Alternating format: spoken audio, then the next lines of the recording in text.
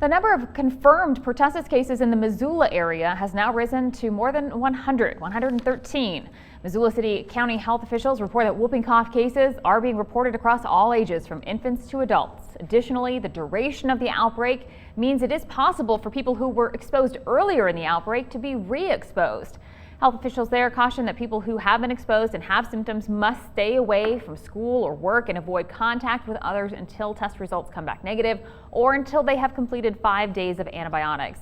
The Missoula Health Department is continuing to work closely with schools to identify close contacts of confirmed cases.